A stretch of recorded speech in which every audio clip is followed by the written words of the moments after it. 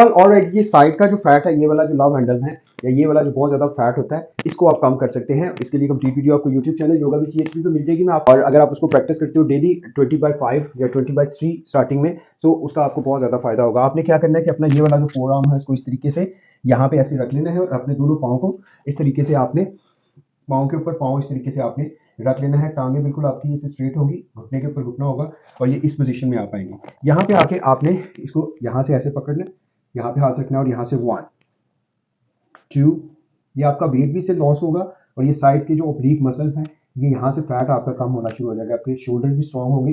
Same इसको आप इस तरीके से भी परफॉर्म दूसरी साइड पे भी ऐसे ही परफॉर्म कर सकते हैं। 1 2, हिप को ऐसे ही रखे, फिर इसको मैक्सिमम जितना आप उठा सकते हैं वहां पे उठाइएगा।